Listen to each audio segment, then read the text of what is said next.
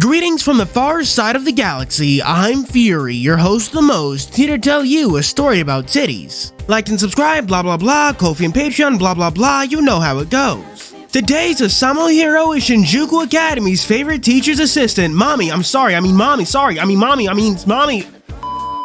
Shinjuku Academy's favorite teacher's assistant, Ziz. She's from an event, so no spoilers for the main quest, but do be wary of spoilers from the Valentine's Extravaganza and the Sunshine Christmas event. To begin, Ziz is a female transient from the world of Gehenna and also Eden, the two worlds based on Abrahamic mythology. How is she from two worlds, you ask? Well, it's complicated, so I'll get into the details later. All you need to know is that much like our protagonist, Ziz is an exile. That means she was kicked out of Eden and thrown into the dark, depressing world of Gehenna. Although she didn't stay, like every transient, she grabbed her rainbow-colored passport and wound up in Tokyo. She never joined any guilds, but she is a teacher's assistant at Shinjuku Academy where she's affiliated. Out of the 17 Housamo heroes we've covered so far, Ziz is only the 5th who's not a student. Although teacher's assistants are technically also students, but we're getting really off track.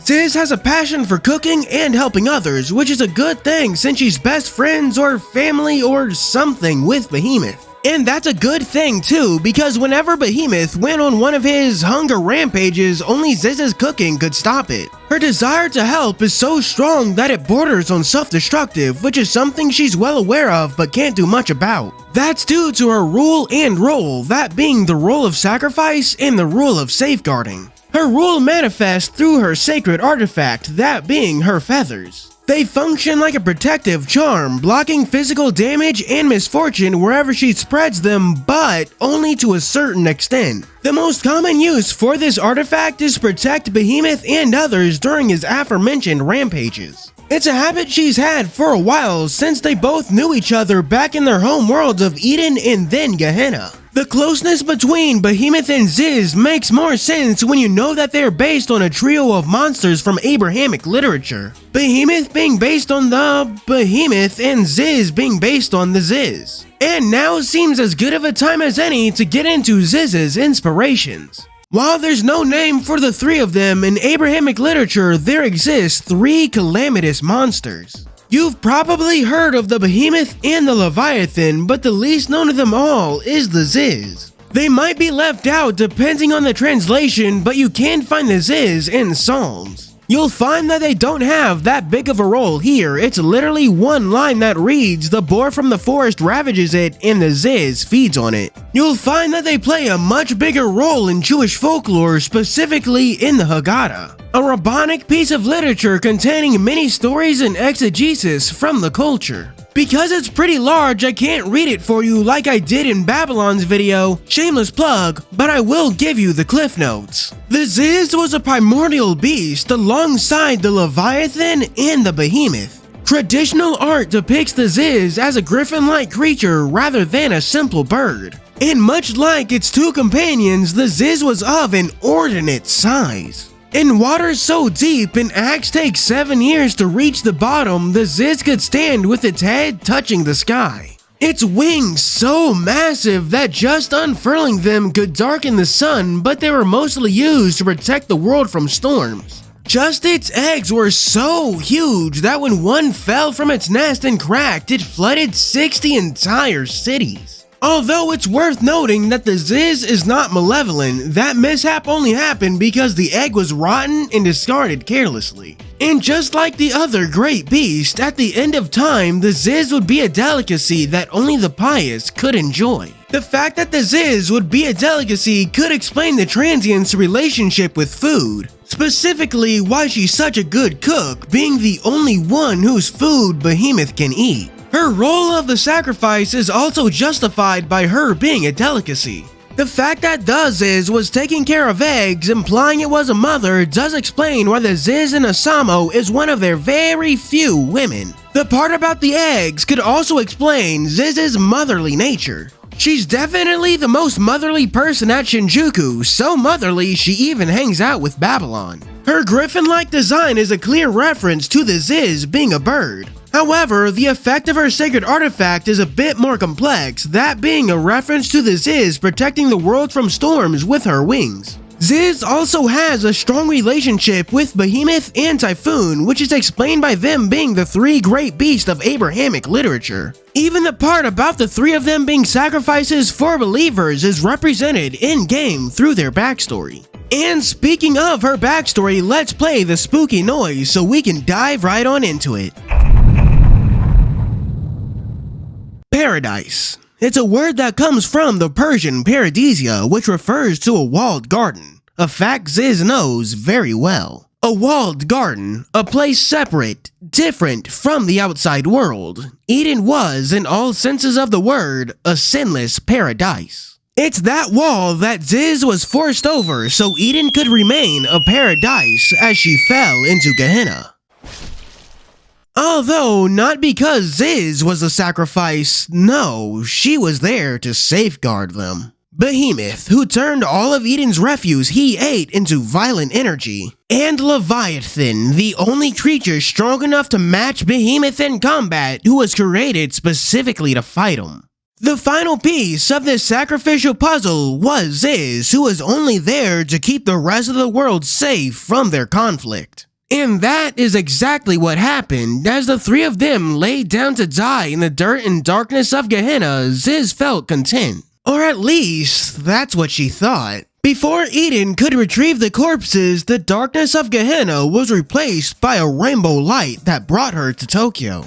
As fate would have it, the same would also happen to Behemoth, leading to the two of them to reunite in Tokyo, the one place they were free to define themselves. From here on out, you can see their story in the Valentine's Extravaganza event. It's a really good event, to be honest, although it's a shame that Ziz doesn't get to be the main focus. I thought Ziz's lack of a role in the Valentine's Extravaganza to be strange because initially I thought she'd be the final boss. Like, Ziz's whole thing is helping people, but the entire event relied on solving Behemoth's problem for good. Oh wow, saying Behemoth with an S on the end is impossible. Not looking forward to Behemoth's Housamo hero video. Anyways, I figured that after Behemoth's problem was solved, Ziz would have an identity crisis because she'd lost the main outlet for her role. It'd be a final battle kind of similar to Seth from Desert Journey or Zurong from the Hot Spring of Hell event. Less of a battle to beat the bad guy and more of a battle to get your friend to calm down, but we didn't even get that.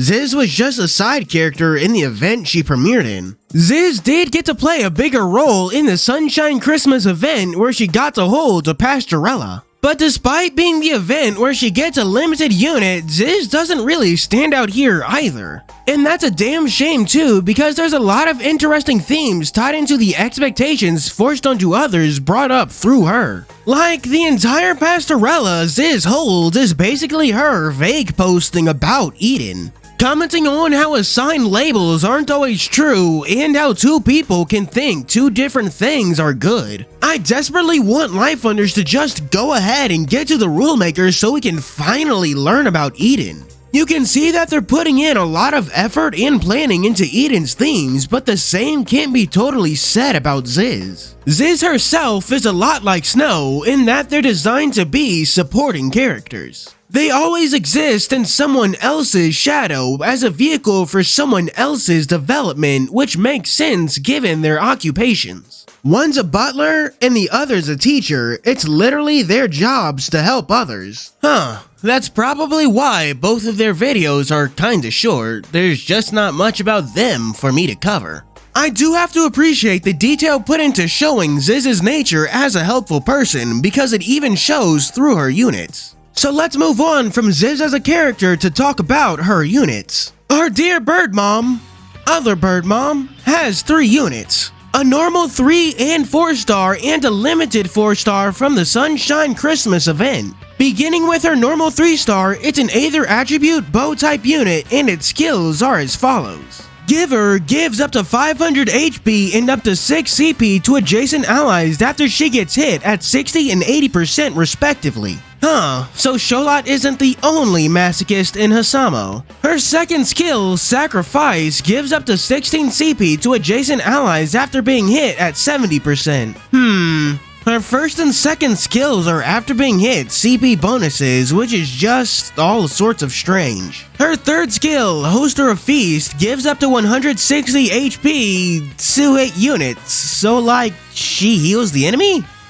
What? It also gives up to 160 and up to 10 CP to allies adjacent to her when she attacks, making this her third CP skill. Her last skill, Immortal, gives her guts 60% of the time after moving. Despite being called Immortal, 60% proc is nowhere near consistent enough to justify that name. Ziz's 3-star is weird, but it's weird for even weirder reasons than you think, for reasons I'll explain in a bit. Next up is our Aether attribute and Wand type 4-star. All of its skills are the same, the only exception is that Immortal became Apocalypse Observer. Guts still has a 60% proc, but instead of being after moving, it's after being hit. When attacking, she has a 20% chance to give combo and a 90% chance to give up to 14 CP to herself. It's weird because that means that every skill on Ziz's 4-star is a CP skill in some way. Her final unit comes from the Sunshine Christmas event and is titled Pastorella of the Imps. It comes from the impromptu play that Ziz held alongside Shiro's Devils. It's a fire attribute, sword type unit, and its skills are as follows. I don't know why every skill this unit has comes in 3 parts, maybe it's a reference to something, but I don't really know. Its first skill is Curtain Raiser, which attracts every enemy on the board at 80% at phase start, and then it applies Dazzle to hit units at 70%. A decent skill, and the Dazzle at least gives the unit a jumping off point. Next is Acting as the Shepherd, which gives up to 6 CP 90% of the time after being buffed. After attacking, it also has a 40% chance to apply Charm to units behind the one she hits. And finally, when appearing, she gets Glint 100% of the time. While these skills don't really do anything to work together, they're just 3 independently good skills, so thumbs up. The third skill is Flying Around the Stage, which, surprise surprise, also has 3 parts. She gets up to 200 HP after being buffed, applies Vigor to herself and allies after moving at 70% and increased horizontal movement. It gets a pass specifically for the increased horizontal movement, which helps so much on those wide stages. The final skill is Great Bird's Cradle. She's immune to Drain and Obstruct and deals double damage to Dazzle afflicted enemies. No idea why they stacked so much on that unit, but that's a thing I'll address after focusing on her 2 normal ones. Her 2 normal units function as CP batteries, and pretty good ones too. Although their offensive potential is basically non-existent, so CP batteries is all they'll ever be. It's also weird how the skills seem copy-pasted with only the values changed, all of them being CP bonuses after being hit. For teams, I'd recommend units with good CS skills like Ithuga or Halloween Toji.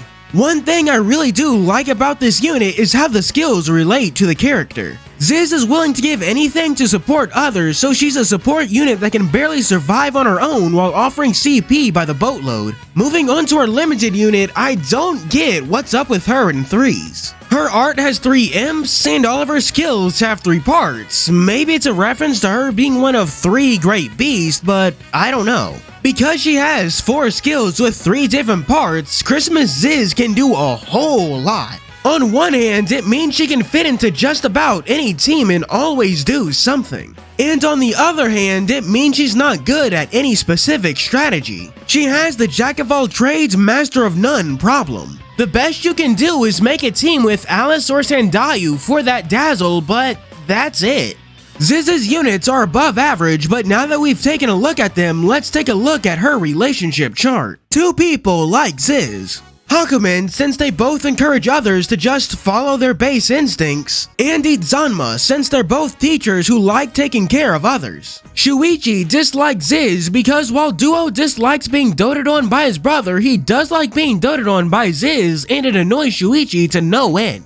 On the flip side, Ziz herself likes Typhoon since he reminds her of the last of the 3 great beasts, Leviathan. And she dislikes Tetsuok's, or well, dislikes Tetsuok's habit of sacrificing everything to march towards death. She also dislikes Boogeyman since he takes a tough love approach to dealing with his students. Overall, I like Ziz, but I could definitely like her more if Life Runners just did more. She has a lot of interesting things in her past, and like everyone from Eden, she's reluctant to talk about it.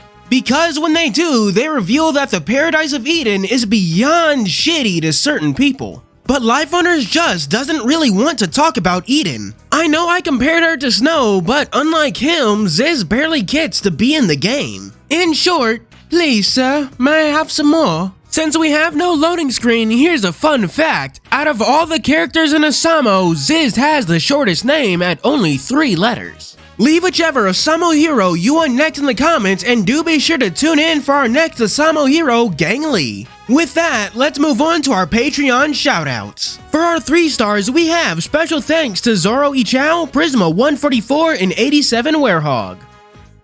Still no 4 stars. Why do I even have this? For our super special 5-star shoutouts, we have Poor Mage, who once beat Commander Nile without bewitching branches. Unknown RC, who got a nightlight for their foolish ambitions. Vanilla Flower, who would like to offer you an accord. And Mahagasaur, who noticed you are, unfortunately, maidenless. Thanks for watching, do be sure to like and subscribe. As always, this is your host Fuuri, signing out.